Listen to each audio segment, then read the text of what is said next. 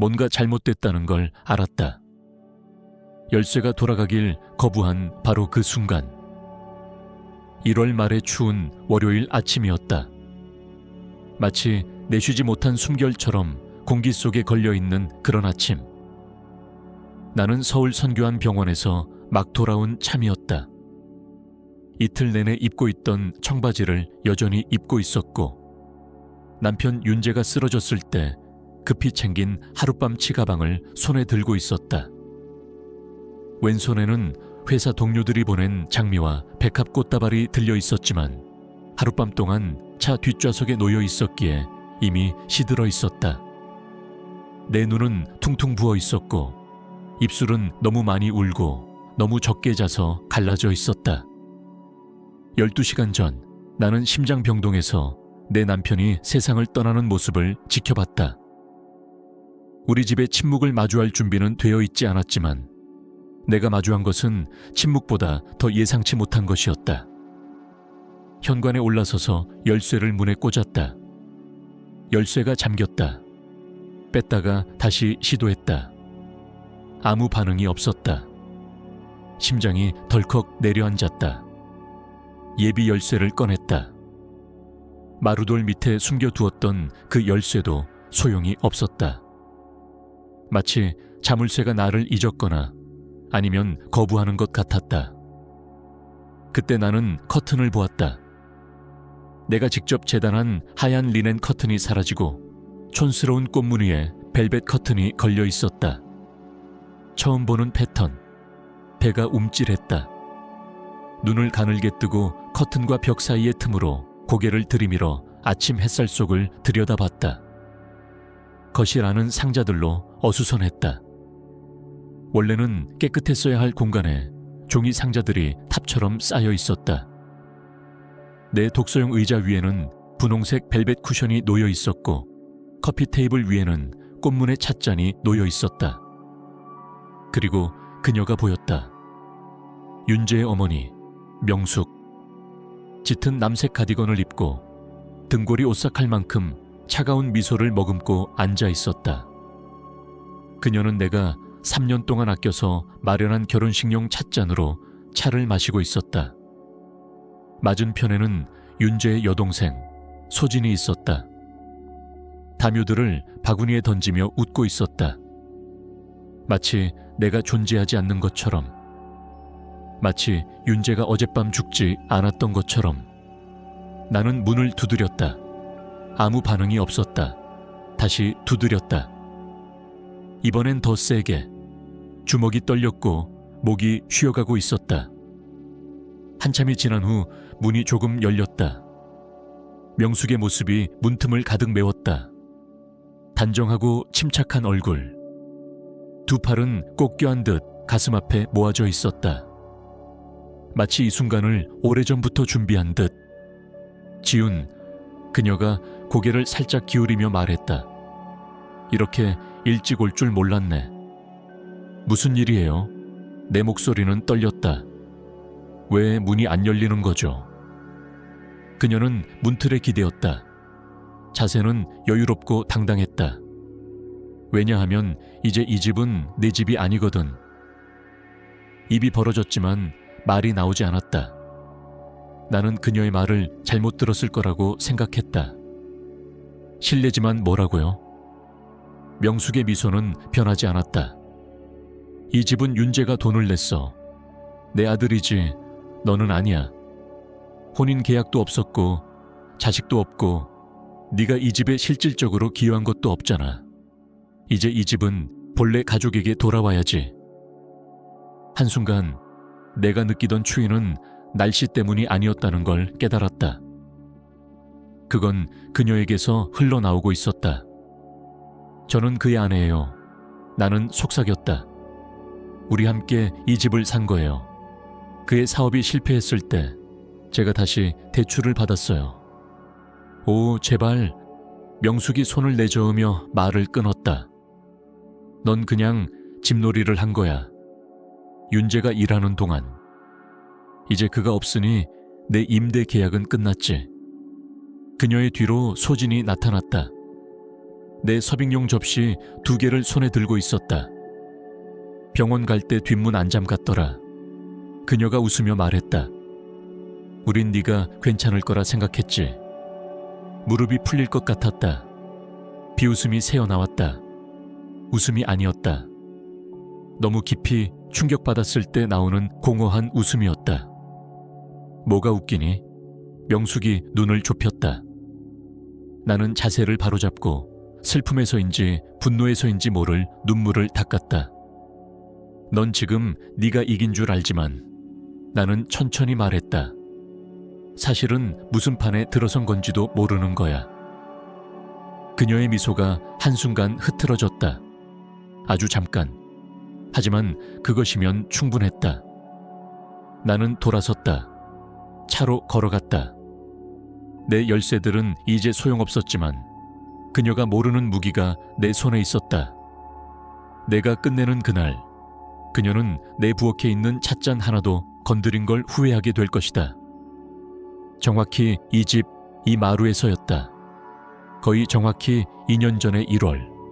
그날은 지금보다 더 추웠고 더 어두웠다. 나는 윤재가 마당을 천천히 오가며 머리를 움켜쥐던 모습을 지켜보고 있었다. 그의 스타트업은 일주일 전에 무너졌고 은행은 사업 계좌를 동결했다. 신용등급은 바닥을 쳤고 그는 내 눈을 마주치지 못한 채 중얼거렸다. 집을 잃을 수도 있어, 지훈. 그는 약한 남자가 아니었다. 하지만 그날 나는 그가 무너지는 모습을 처음 보았다. 손으로 얼굴을 가린 채 숨을 삼키던 윤재의 어깨 떨림은 내가 평생 잊을 수 없는 장면으로 남았다. 나는 그 다음 날 새벽에 결심했다. 아무 말 없이 조용히 옷을 입고 채 올라타 신한신용협동조합으로 향했다. 그리고 대출을 다시 신청했다. 집담보대출을 내 이름으로 변경하고 10년 전 인테리어 디자이너 일을 그만둔 뒤로 조금씩 모아왔던 비상자금을 집어넣었다. 누구에게도 말하지 않았다. 윤재에게도, 부모님에게도, 물론 명숙에게도. 그녀가 알았다면 그건 윤재가 가장으로서 실패했다는 증거로 이용되었을 것이다. 모든 절차는 몇 주가 걸렸다. 나는 프리랜서 일을 맡아 매달 납부금을 충당했고 수도꼭지를 고쳤고 장을 보며 예산을 관리했고 복도에 페인트를 칠했다. 침묵 속에서 이 집을 지켜냈다.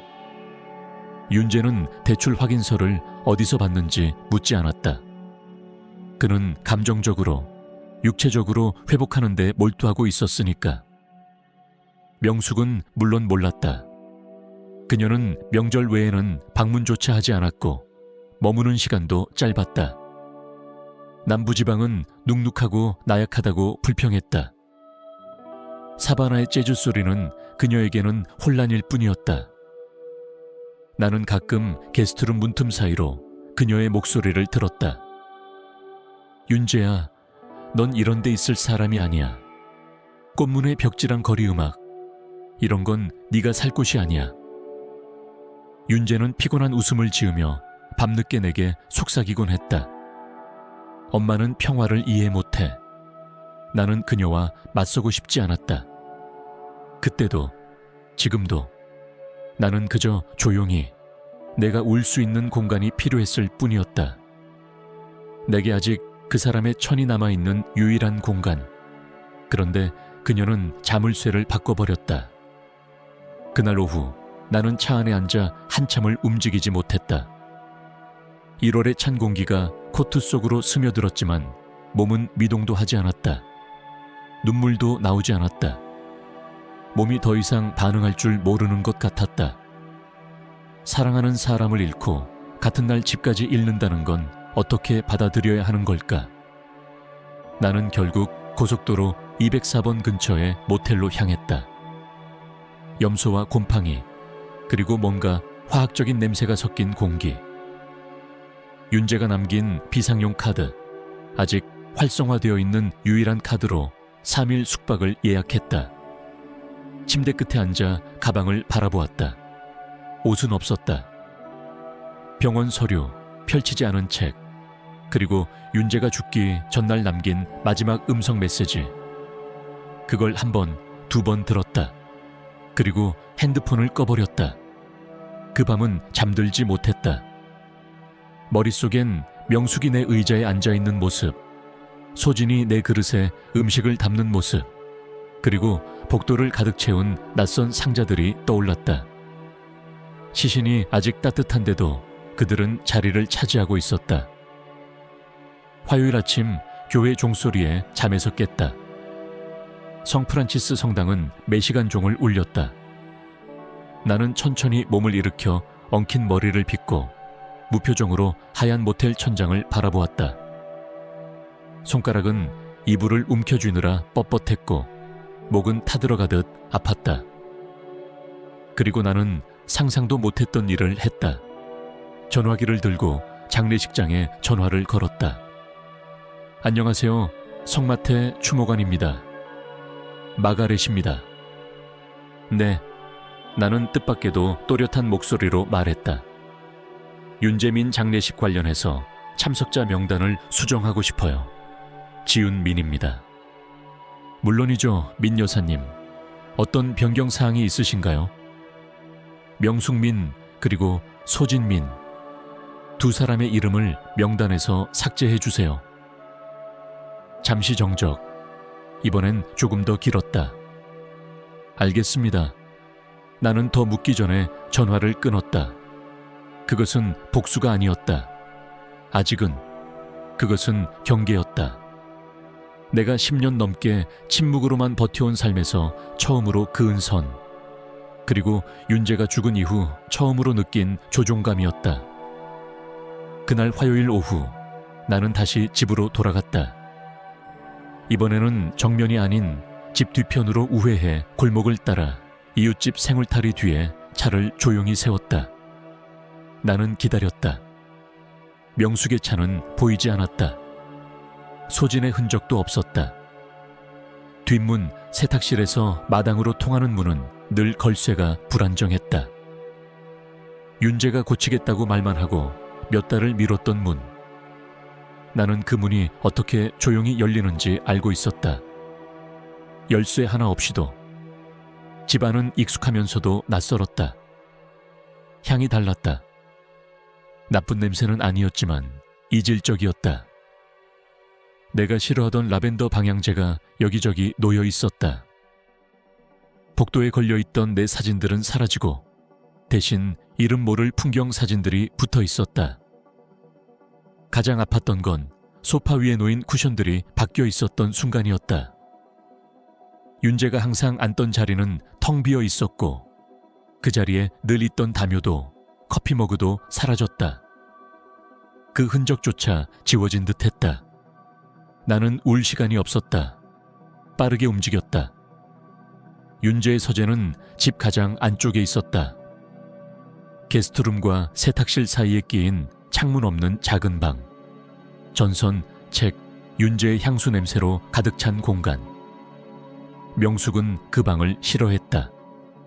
디지털 쓰레기장이라 부르며 혀를 찼다. 그래서 나는 그녀가 절대 손대지 않을 거라 예상했다. 예상은 맞았다.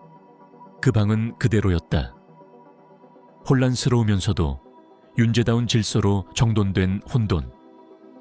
문서들은 각각의 무게로 쌓여 있었고 영수증은 분류 도중 멈춘 채로 놓여 있었다. USB들은 모두 큰 글씨에 영문 대문자로 깔끔히 라벨링 되어 있었다. 나는 잠시 문턱에 서서 그 정적을 몸에 두르고 있었다.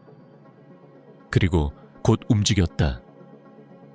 맨 윗서랍에는 프리랜서 일 관련 영수증들. 그 아래 서랍에는 명함과 오래된 플래시 드라이브, 치과 예약을 취소하라는 메모가 붙은 포스트잇. 나는 무슨 단서라도 찻듯 닥치는 대로 뒤졌다. 기억이든 서명이든 무언가 우리를 다시 연결해줄 무언가를. 그리고 그 순간 나는 그것을 발견했다. 검은색 얇은 폴더 하나. 2개의 설명서 사이에 끼어 있었고 표지 위에는 윤재의 단정한 필체로 이렇게 적혀 있었다. 혼인 후 계약서, 폐기 금지, 나는 얼어붙었다. 우리는 혼인 전 계약서를 쓴 적이 없었다. 30 중반 가진 것 없이 시작한 결혼이었다. 서로를 온전히 믿었고 윤재는 서류가 낭만을 해친다고 농담하곤 했다. 그런데 혼인 후 계약이라니? 나는 폴더를 조심스럽게 열었다. 안에는 3장짜리 서류가 있었다. 법률 사무소의 서식지에 인쇄되어 있었고 우리 결혼 2주년 직후로 날짜가 찍혀 있었다. 나는 내 이름, 그의 이름, 서명, 조항들을 훑어보았다. 그리고 그것은 분명히 존재했다. 노란색 형광펜으로 표시된 한 조항 아래 배우자의 사망 시 공동 소유 자산은 유언장이 없는 경우 전적으로 이지윤에게 양도된다. 우리는 유언장을 작성하지 않았지만 이 서류는 법적 효력이 있었다. 폴더맨 뒤에는 접힌 공책 종이가 들어있었다. 윤재의 편한 글씨체, 예전보다 좀 더 진한 잉크, 4줄의 짧은 문장. 이걸 네가 읽고 있다면 무언가 끔찍한 일이 벌어진 거겠지. 엄마가 뭘 하려 들면 이걸 변호사에게 보여줘. 그녀가 어떤 사람인지 알잖아. 잘 간직해. 지우. 숨이 멎는 듯 했다. 병원 이후 처음으로 그의 글씨를 보았다. 내 이름의 GH 곡선, 그리고 여전히 이니셜을 그냥 윤이라고 남기는 장난기 어린 서명. 나는 무릎에 힘이 풀려 그 자리에 주저앉았다. 편지를 2번, 3번 읽었다. 가슴 속에서 올라오는 감정은 하나로 정의하기 어려웠다. 슬픔, 정당함, 죄책감, 어쩌면 감사. 윤재는 알고 있었던 것이다. 어렴풋이지만 분명히 명숙이 가만히 있지 않으리라는 걸. 그리고 그는 부족한 면도 많았지만 자신이 할 수 있는 방식으로 나를 지키려 했던 것이다. 나는 폴더를 코트 안에 숨기고 왔던 길 그대로 조용히 뒷문으로 나갔다. 그날 밤 모텔로 돌아와서도 잠들 수 없었다. 하지만 울지도 않았다. 대신 나는 그 문서를 다시 펼쳤다. 흐려지지 않도록 반복해서 읽었다. 그리고 해가 뜨기도 전에 나는 안젤라 정에게 전화를 걸었다. 대학 시절 룸메이트였고 지금은 부동산 전문 변호사로 일하는 친구. 네가 전화할 줄 알았어. 그녀는 내가 말하기도 전에 말했다. 그녀가 법원에 가겠다고 해. 내가 말했다. 그녀는 내가 윤재를 조종했다고 주장하고 있어. 안젤라의 목소리는 차분했다. 너무나 차분해서 오히려 안심이 되지 않았다. 그건 자주 있는 일이야. 법적 근거가 없는 사람들이 흔히 하는 수법이지. 진흙을 던져서 뭔가라도 붙길 바라는 거야. 그녀는 전부를 원해. 나는 속삭였다.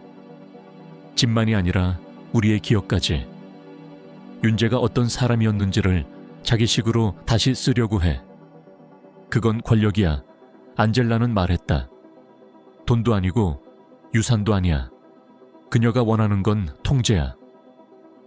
나는 모텔 천장의 모서리를 응시하며 그 차가운 공기가 다시 발목을 감싸는 것을 느꼈다. 나도 싸우고 싶어. 나는 말했다. 그녀를 막는 걸 넘어서 무너뜨리고 싶어. 안젤라가 잠시 침묵하더니 목소리에 단단한 금속 같은 결기가 묻어났다. 좋아. 하지만 우리는 똑똑하게 하자. 그녀에게 어떤 말도 하지 마. 대답도 하지 마.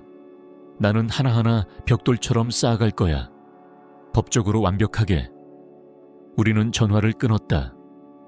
나는 법원 서류를 다시 봉투에 넣어 여행 가방 깊숙이 숨겼다. 그날 오후 나는 1년 넘게 연락 없던 번호로부터 문자를 받았다.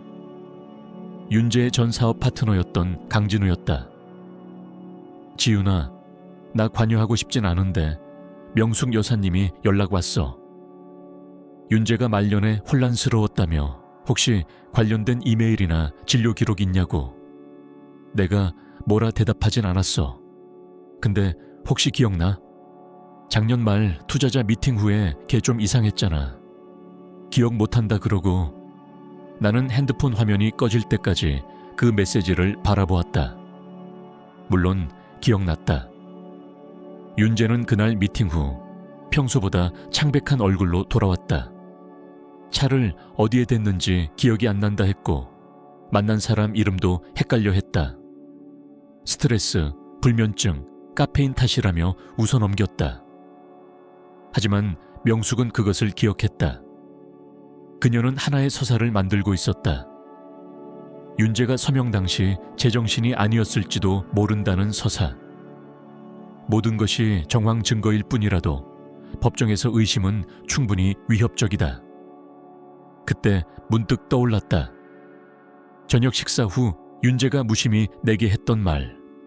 다음 주에 세인트 미켈 병원에 예약 있어. 신경과. 그냥 혹시 몰라서. 나는 함께 가지 않았다. 걱정 말라고 했기에. 나는 벌떡 일어나 가방을 뒤졌다. 서류 폴더를 전부 침대에 쏟아부었다. 고지서, 계약서, 생일 카드, 치과 약속 안내서까지. 그리고 그 속에 3달 전 개봉하지 않은 편지 더미 안에서 그것을 발견했다. 봉인된 봉투, 세인트 미켈 신경과 병원에서 온 공식 편지. 나는 떨리는 손으로 그것을 열었다. 민윤재 귀하. 최근 인지기능 평가 결과 모든 항목이 정상 범위 내에 있음을 알려드립니다. 조기 인지 저하의 징후는 발견되지 않았습니다. 나는 3번 반복해서 읽었다. 그리고 그제서야 일주일 넘게 참아온 숨을 길게 내쉬었다. 그는 괜찮았던 것이다. 그리고 나는 이제 증거를 손에 넣었다. 월요일 아침, 윤재가 세상을 떠난 지 정확히 일주일이 지났다. 명숙이 소송을 제기한 지는 5날, 내가 신경과 편지를 찾아낸 지는 72시간. 그날 아침, 나는 몽고메리 거리에 법원 앞에 서 있었다. 대리석 벽은 봄인데도 싸늘했고 벤치는 철제였으며 공기는 종이 넘기는 소리와 낮은 속삭임, 그리고 구두굽이 바닥을 때리는 메아리로 가득했다. 안젤라는 약속 시간보다 일찍 도착했다. 머리는 단정히 묶여 있었고 손에는 두툼한 서류 폴더를 들고 있었다. 그녀의 눈은 날카로웠고 목소리는 낮지만 흔들림 없었다. 준비됐어? 그녀가 조용히 물었다. 나는 고개를 끄덕였다. 됐어. 그리고 그건 진심이었다. 며칠 만에 처음으로 나는 양발이 땅에 닿아 있는 느낌이었다. 법정 안은 텅 비지는 않았지만 가득 차지도 않았다.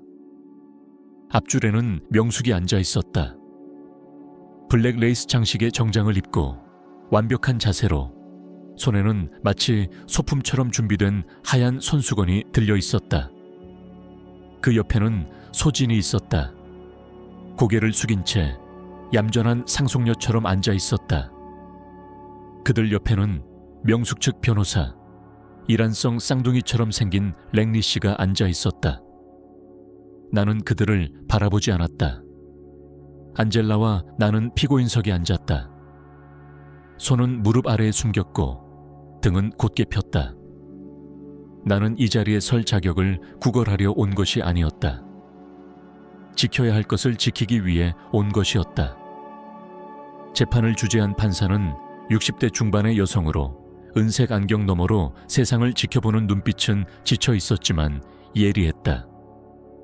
절차가 시작되자 랭리 변호사가 먼저 발언했다. 목소리는 조심스러웠고 말투는 부드러웠다. 마치 이 사건이 분노가 아닌 우려로 시작되었다는 인상을 주고 싶어 하는 듯했다. 그는 윤재의 갑작스러운 죽음, 그리고 명확히 설명되지 않은 정황을 언급하며 서류가 윤재의 감정적 취약함 속에서 작성된 가능성을 시사했다. 강요라는 단어는 쓰지 않았지만 그 그림자는 법정 공기 속을 부유했다. 명숙은 한번 울었다. 정확히 타이밍을 맞춘 듯 조용한 흐느낌 완벽한 연기였다. 그리고 안젤라가 일어섰다. 그녀는 연극하지 않았다. 목소리를 높이지도 않았다. 단지 카드 한 장씩 꺼내듯 조용히, 하지만 명확하게 사실을 나열해 나갔다.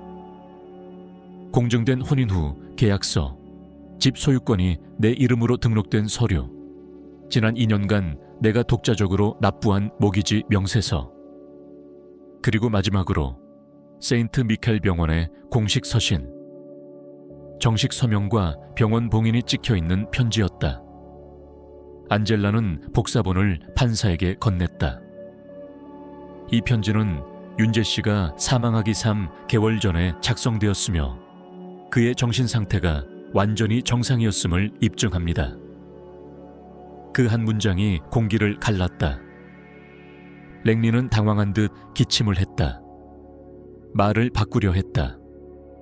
그렇다 해도 판사님, 우리는 감정적 요소 또한 고려해야. 의료 기록이 있습니까? 판사가 단호하게 물었다.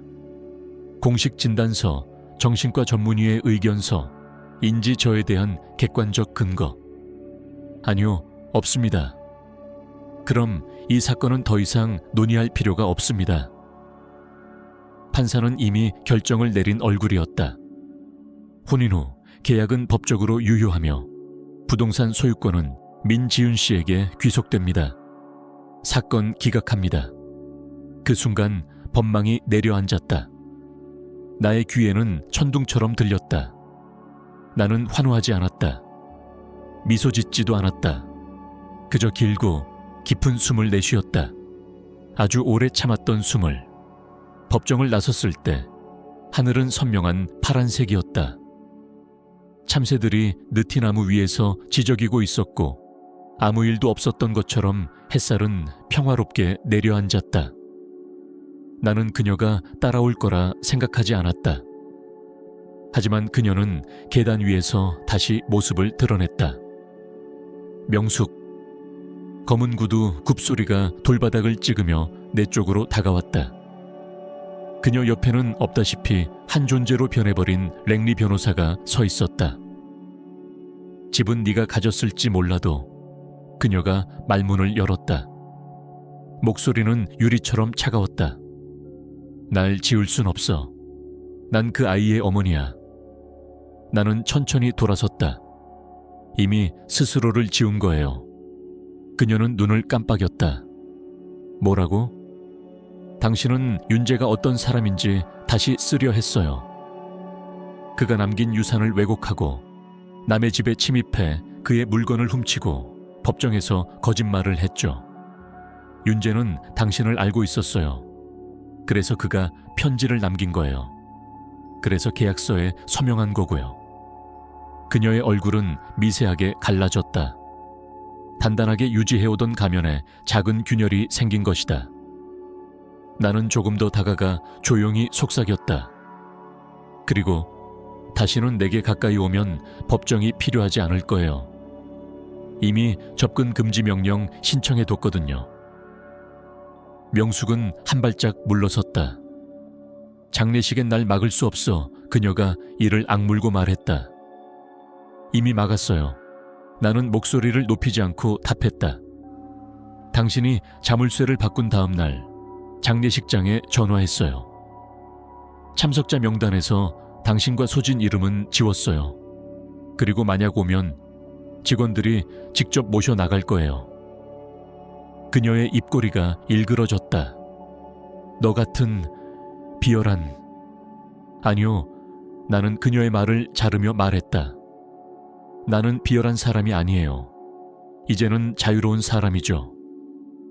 그리고 나는 등을 돌려 걸어갔다. 뒤돌아보지 않았다. 예식당 내부는 백합과 삼나무 향으로 가득 차 있었다. 화요일이었다. 윤재가 세상을 떠난 바로 그 날로부터 정확히 일주일. 장례는 전고로 예정되어 있었지만 오전 11시 15분이 되기도 전에 이미 의자들이 사람들로 채워지기 시작했다. 친구들, 이웃들, 윤재의 예전 고객들. 어떤 이들은 서울에서, 또 어떤 이들은 부산과 광주에서 먼 길을 달려왔다.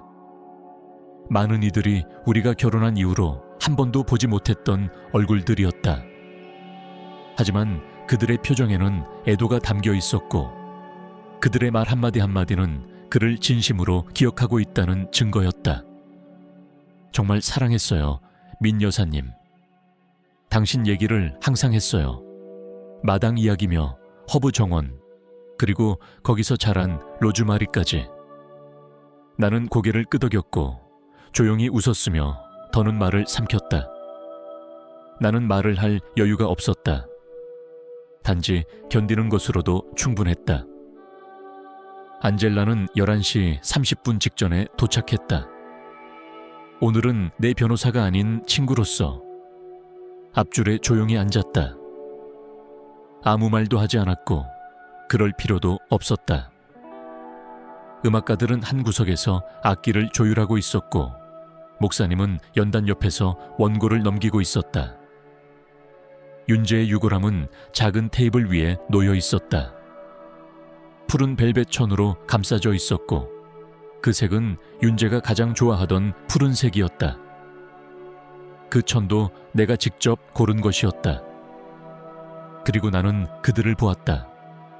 두 개의 실루엣, 조용히 예식당 뒷자리에 미끄러지듯 들어와 앉았다. 뒤를 보지 않으면 눈치채기 어려운 위치였지만 나는 보았다. 명숙, 그리고 소진.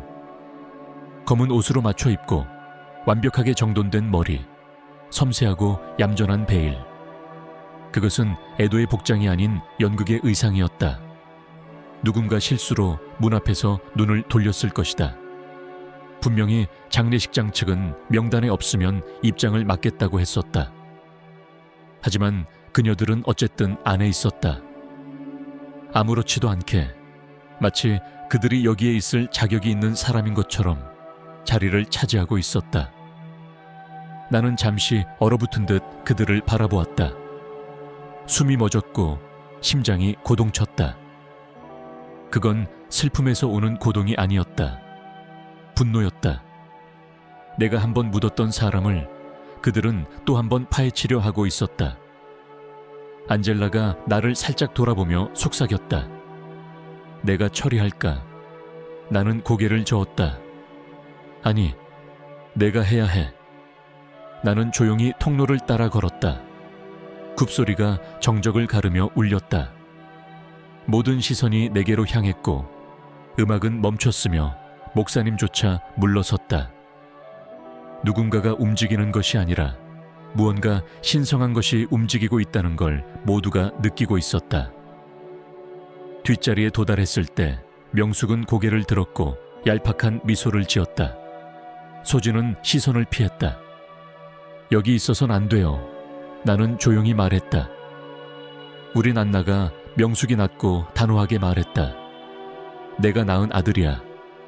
그렇다면 그의 뜻을 존중했어야죠. 나는 침착하게 답했다. 나는 그의 아내예요. 유일하게 그가 선택한 사람. 그녀는 자세를 고쳐 앉으며 말했다. 내가 그 아이의 어머니인데 내 슬픔까지 빼앗을 순 없어. 그건 애도가 아니에요. 나는 단호히 말했다. 그건 연기죠. 그녀는 숨을 들이켰고 나는 마지막 한마디를 덧붙였다. 지금 나가지 않으면 나는 이 자리에서 일어나 목사님을 데리고 밖으로 나갈 겁니다. 이 예식을 주차장에서도 공원 벤치에서도 식탁 옆에서도 진행할 수 있어요. 하지만 당신들이 있는 한 이 공간은 윤재를 위한 공간이 될 수 없어요. 당신들은 그의 죽음을 명예처럼 휘두르려 할 뿐이에요. 정적, 그리고 그 정적을 깨트린 건 소진이었다. 그녀는 명숙을 향해 시선을 주지 않은 채 입을 열었다. 엄마, 그만하자. 우린 여기 있어선 안 돼. 그만 가장하자. 소진은 일어섰고 잠시 후 명숙도 따라 일어났다. 아무런 소란도 소리도 없이 단지 두 쌍의 구두굽 소리만이 예식당을 지나 문 쪽으로 향했다. 그들의 뒷모습이 사라지고 문이 조용히 닫히는 소리가 들렸다. 나는 다시 단상 쪽으로 천천히 걸어갔다. 음악이 다시 흐르기 시작했다. 목사님은 고개를 끄덕였고 나는 손을 곧게 유지한 채 유골함 앞에 섰다. 이제야 비로소 나는 작별을 구할 수 있었다. 거짓 없는 공간에서, 독이 없는 공간에서, 윤재를 진심으로 알았던 사람들로 둘러싸인 채, 그리고 처음으로 그의 죽음 이후 나는 평화를 느꼈다. 장례식 다음 날, 집은 무거운 정적에 잠겨 있었다. 그건 위로가 되는 고요가 아니었다.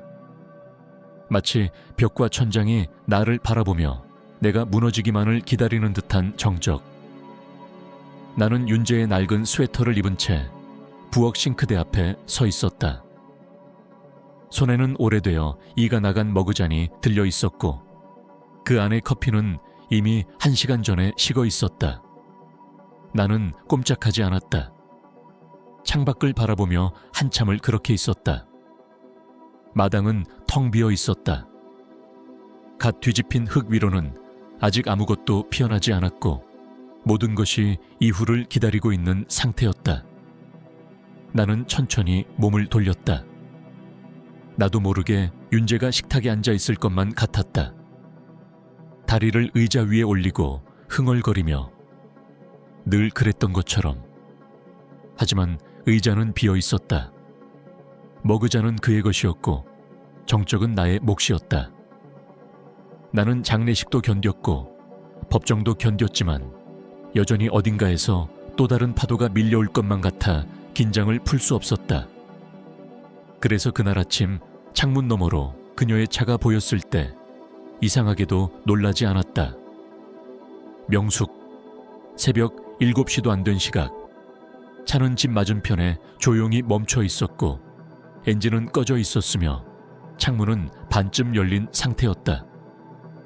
담배 연기가 조용히 흘러나와 공중에 피어올랐다. 그녀는 움직이지 않았다. 손은 운전대 위에 고정되어 있었고 시선은 앞만 바라보고 있었다. 그녀는 초인종도 누르지 않았고 문을 두드리지도 않았다. 단지 있었다. 그 자리에 묵묵히. 나도 움직이지 않았다. 안젤라에게 전화하지도 않았고 증거로 사진을 찍지도 않았다. 나는 커피를 들고 현관으로 나갔다. 맨발에 머리는 묶지 않았고 손에는 찬 커피가 담긴 컵만 들린 채 나는 마당에 서서 그녀를 바라보았다. 눈이 마주쳤다. 그녀는 담배를 창밖으로 던졌고 이내차 시동을 걸고 천천히 떠났다. 소리도 말도 없이. 그건 항복이 아니었다. 후퇴였다. 나 아직 있어 라는 무언의 메시지. 나는 다시 문을 잠그고 안으로 들어왔다. 그리고 그날 밤 나는 또 잠을 이루지 못했다. 하지만 더 이상 두려움 때문은 아니었다. 몸 어딘가가 여전히 긴장을 풀지 못하고 있었고 마음은 여전히 충격 이후의 반응을 잊지 못한 상태였다. 그녀는 다시 돌아오지 않았다. 사흘 동안. 나는 그 시간 동안 집을 정리했다. 윤재의 파일을 하나하나 꺼내어 정리하고 그가 손댔던 서랍과 문고리를 천천히 만졌다. 그 과정은 고통스러웠다. 영수증 하나에도 기억이 담겨 있었고 이가 다른 펜 하나에도 작은 상실이 배어 있었다. 셋째 날 오후 나는 윤재의 오래된 정원 수첩을 발견했다. 그가 뒷마당 정원을 꿈꾸며 쓰던 공책. 거기엔 금잔화 그림이 그려져 있었고 각 시안마다 이름이 적혀 있었으며 페이지 한 귀퉁이에는 이런 글씨가 있었다. 지우에게. 네가 준비됐을 때. 나는 준비되지 않았다. 하지만 그날 나는 흙 위에 앉았다. 그가 남긴 표시대로 땅을 파고 손으로 흙을 뒤집고 씨앗을 묻고 물을 뿌리고 해가 질 때까지 그 옆에 앉아 있었다. 그 순간만큼은 고소장도 거짓 증언도 장례식 좌석 배치도 떠오르지 않았다. 그저 그의 손, 그의 웃음, 그리고 그 어리석은 정원 모자만이 떠올랐다. 그날 밤 현관문 앞에서 무언가를 발견했다. 봉투였다. 우표도 보낸 사람 이름도 없었고 그냥 문틈 밑으로 밀어 넣은 듯한 종이 한 장. 굵은 활자로 인쇄된 6단어가 있었다. 이 집은 결국 내 것이다. 나는 오랫동안 그 종이를 바라보았다. 그리고 웃었다. 쓴웃음도 아니고 분노도 아닌 가볍고 텅 빈 웃음. 마치 고개를 저으며 숨을 뱉듯 나온 소리. 그녀에겐 더는 아무것도 남지 않았다. 어떤 법적 권리도 증거도 입지도 없었다. 단지 6단지. 이미 유산 목록에서도 내 삶에서도 결혼식 사진에서도 지워진 한 여인의 마지막 발버둥. 나는 그 편지를 들고 정원으로 나갔다. 윤재의 금잔화가 묻힌 자리 옆에 작은 구멍을 파고 그 종이를 묻었다. 흙으로 덮고 손으로 눌러주며 속삭였다. 이제 너는 나를 괴롭히지 못해. 그리고 나는 안으로 들어가 계피차를 끓였다. 윤재는 늘 말했다. 슬픔에는 단 게 필요해. 그해 봄은 평소보다 일찍 찾아왔다. 공기 속에는 부드럽게 뒤집힌 흙 냄새와 레몬꽃의 은은한 향이 섞여 있었다. 뒷마당은 이제 단순한 검은 흙의 장이 아니었다. 그것은 윤재의 낡은 정원 수첩 속에 있던 그 꿈이 조금씩 천천히 현실로 스며들기 시작하는 자리였다. 작은 새싹들이 어둠을 밀어내고 고개를 내밀었다. 여전히 연약했고 더디었지만 그들은 태양을 향해 자라고 있었다. 매일 아침이면 나는 커피를 들고 창가에 앉아 그것들을 바라보았다. 윤재의 플란넬 셔츠를 입은 채 메이크업도 하지 않은 얼굴로 그냥 숨 쉬는 것이 전부였다. 아무것도 증명하려 하지 않았고 아무 기대도 하지 않았다. 단지 존재했다. 그 자체로 충분했다. 그 이후로 나는 명숙에게서 어떤 연락도 받지 않았다. 편지도 전화도 차도 보이지 않았다. 그것이 접근 금지 명령 때문인지 아니면 마당에서 피어나는 꽃 때문인지 혹은 단순히 그녀도 마침내 현실을 받아들인 것인지 나는 알지 못했다. 그리고 솔직히 알 필요도 없었다. 그녀는 더 이상 존재하는 위협이 아니었다. 단지 뒷유리에 지나가는 그림자일 뿐이었다. 과거형의 사람. 더는 나를 흔들지 않는 존재.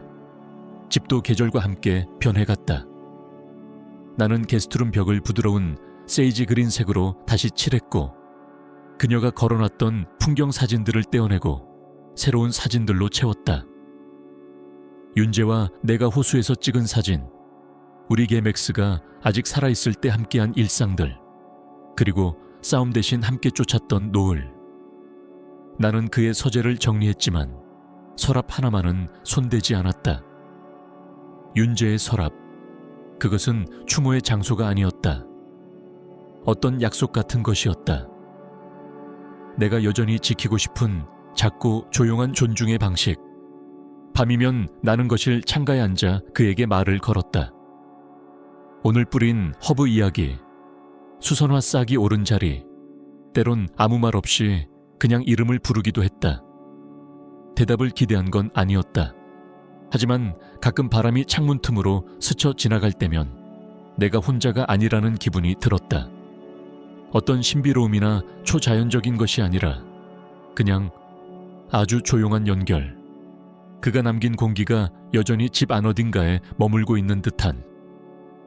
그 무렵 나는 다시 일을 시작했다. 급한 생계 때문이 아니었다. 선택이었다. 내가 다시 내 삶을 설계하겠다는 선언이었다. 나는 인테리어 디자인 일을 재개했다. 처음엔 조심스럽게 의뢰인 한 명씩. 슬픔에 잠긴 미망인이 남편의 흔적을 덜어내고 싶다며 부엌을 리모델링 해달라고 요청했다. 은퇴한 부부는 난초를 키울 선룸을 만들고 싶다고 했고 약혼자를 떠난 젊은 여성은 이제 진짜 자신의 공간을 갖고 싶다고 말했다. 그들은 내 이야기를 알지 못했지만 나는 그들 속에서 나의 조각들을 보았다. 나는 디자인을 정원 가꾸듯 했다. 조심스럽게 시선을 담아 고요하지만 확고한 힘으로. 어느 토요일 아침 나는 부엌 창가에 놓인 로즈마리를 다듬고 있었다.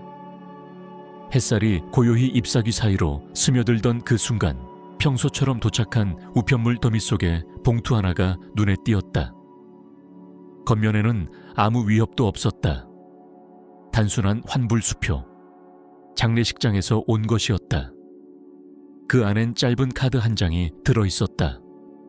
당신이 모든 걸 품위 있게 마무리해줘서 고마워요. 윤재도 자랑스러워했을 거예요. 보낸 사람의 이름은 없었지만 필체는 낯설지 않았다. 소진이었다. 나는 그 카드를 윤재의 정원 노트 뒷면에 조심스럽게 끼워 넣었다.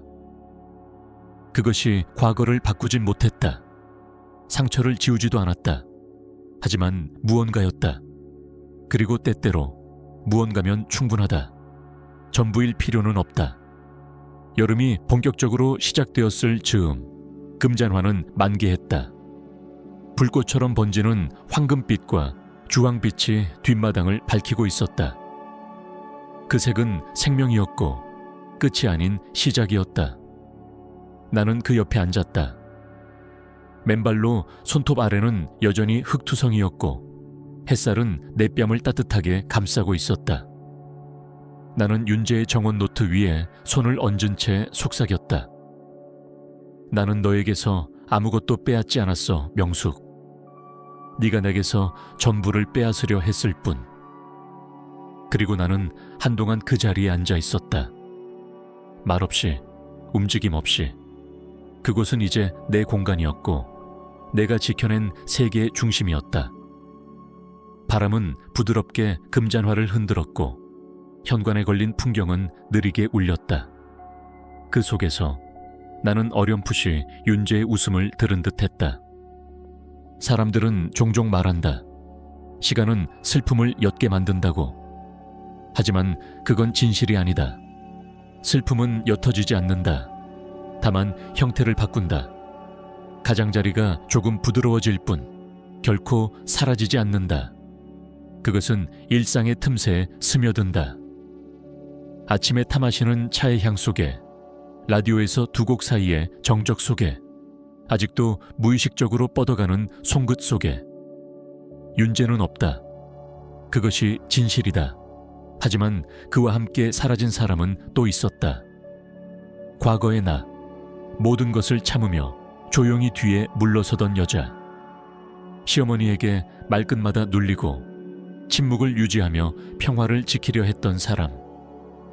길고 긴 저녁 식탁 끝에 앉아 말 한마디 없이 마음속에 생채기를 품고 웃던 여자.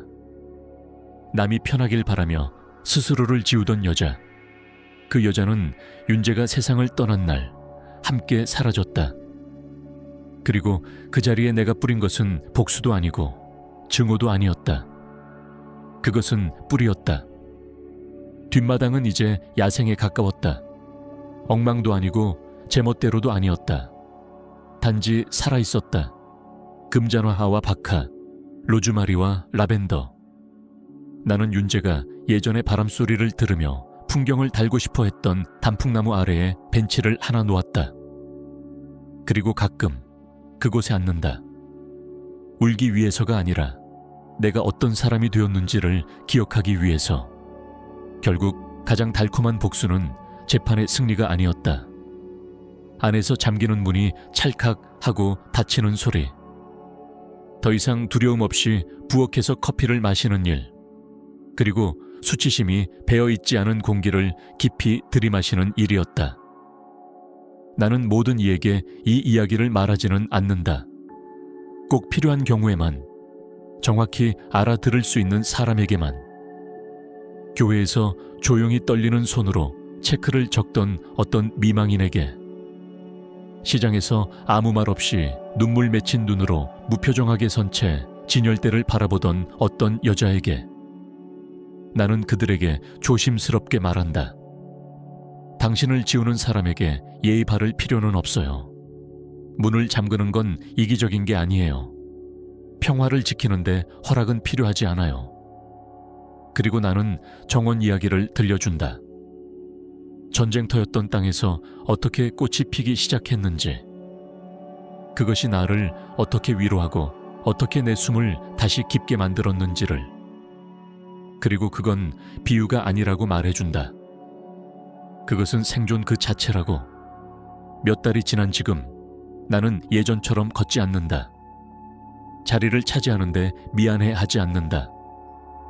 자물쇠를 바꾼 이유를 해명하지도 않고 예전 그녀의 차가 머물던 길목을 지날 때 움츠러들지도 않는다. 그녀는 더 이상 기다리고 있지 않다. 그녀는 졌다.